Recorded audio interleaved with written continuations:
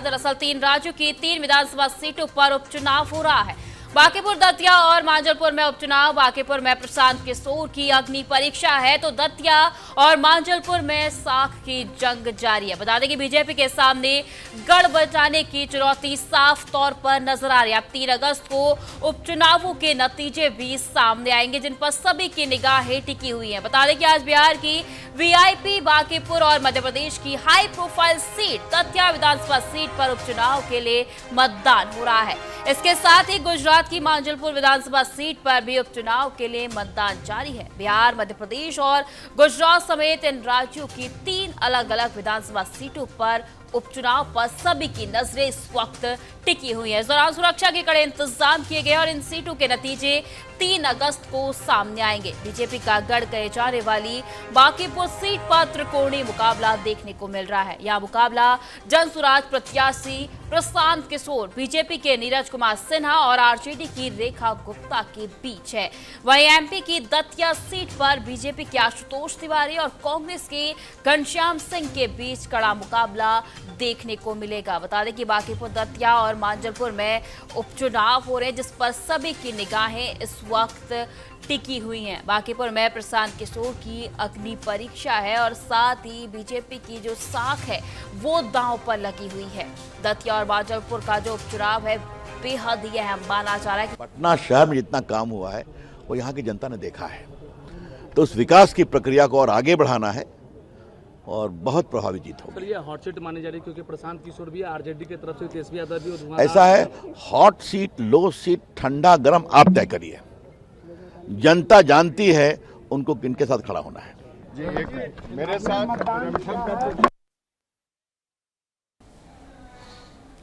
बता दें कि 3 अगस्त को इन उपचुनावों के नतीजे आ जाएंगे और उसके बाद तय होगा कि आखिर जीत का परचम किसके सर सजता है। लेकिन फिलहाल तीनों राज्यों की 3 विधानसभा सीटों पर उपचुनाव के लिए मतदान हो रहा है और लगातार इस पर नजर बनाए हुए हैं। बांकीपुर, दतिया और मांजलपुर सीट पर उपचुनाव हो रहा है जिस पर अब बांकीपुर हॉट सीट पर प्रशांत किशोर की अग्नि परीक्षा है और साथ ही बीजेपी के सामने अपनी साख को बचाने की जो चुनौती है वो साफ तौर पर नजर आ रही है। बीजेपी अपने गढ़ बचाने के लिए पुरजोर कोशिश कर रही थी। अब देखना यह है कि आज जो मतदान होगा उसके बाद 3 अगस्त को जो उपचुनावों के नतीजे सामने आते हैं उसमें क्या प्रशांत किशोर अपनी अग्नि परीक्षा को पार कर पाते हैं और सवाल ये भी है कि क्या बीजेपी अपने गढ़ को बचाने में सफल हो पाती है। विधानसभा उपचुनाव बहुत महत्वपूर्ण चुनाव है। बांकीपुर विधानसभा के सभी मतदाताओं से आग्रह है कि जल्द से जल्द घर से निकले, अपना वोट डालें, विकास के पक्ष में डालें। विकास जो बांकीपुर में हुआ है, इतना विकास हुआ है, 10-15 साल के बाद कोई बांकीपुर आया होगा तो वो बांकीपुर को पहचान भी नहीं पाएगा। इसलिए सभी लोगों से आग्रह है कि अपने घर से निकले और वोट डालें, मतदान करें। हमारी पार्टी जीतेगी, यही लगता है। रूलिंग पार्टी है, इसे जीतेगी। मदद करते हैं जिस पार्टी को तो सारा परिवार। बांकीपुर में भारतीय जनता पार्टी प्रचंड विजय की ओर बढ़ रही है और लोगों में उत्साह है।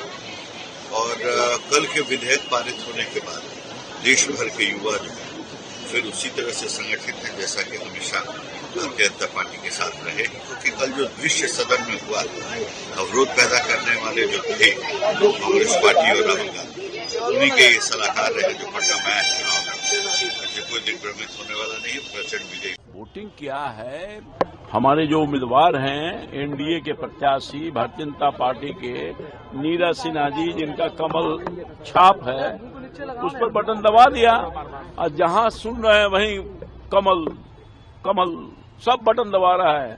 बूढ़ा बूढ़ी, अमीर गरीब, बुद्धिजीवी सब लोग, चूंकि कमल ही लक्ष्मी के स्वरूप है और हर कोई अपनी लक्ष्मी को रखना चाहता है घर में, तो हर लोग कमल में है। कमल पे पहले भी था और आज भी है कमल। कहाँ घर है उनका बांकीपुर में? कौन से मोहल्ला में? कहाँ घर है? 5 गो गली का नाम है? कभी दर्शन किए हैं? देंगे दर्शन? अपने घर का बेटा को लोग चाहता है। नितिन नवीन घर के बेटा थे, उनके पिताजी घर के बेटा थे, नीरज सिन्हा घर का बेटा है। तो घर का बेटा सेवक को चुनेगा ना कि बड़का मालिक को चुनेगा। और अब पति खरपति को चुनता है। वो जमाना चला गया, वोट के बदले नोट नहीं मिलता है। कोई ड्रामा नहीं हुआ। जैसा कि बताया हम लोगों ने कि 16 से ज़्यादा जन स्वराज के नेताओं को पुलिस ने कल पूरे शाम देर रात तक परेशान किया, उनको अरेस्ट, सो कॉल्ड अरेस्ट किया है, लेकिन बेसिकली पेपर पे अरेस्ट नहीं किया, उनको डिटेन कर लिया है और फिर उनको अलग अलग थानों में रखा गया। थानों से हटाकर उनको कहाँ ले जाया गया ये किसी को पता नहीं था। रात में 2 घंटे के मशक्क़त के बाद ये पता चला कि उन सबको यहाँ से दानापुर शिफ्ट किया गया है। और जब इनकी हालत देखिए कि जैसे ही उन्होंने ये बताया कि दानापुर शिफ्ट किया है और मीडिया के साथी थे वहाँ, तो आधे घंटे के बाद पता चला कि वहाँ से उनको हटाकर शाहपुर थाना में रखा गया।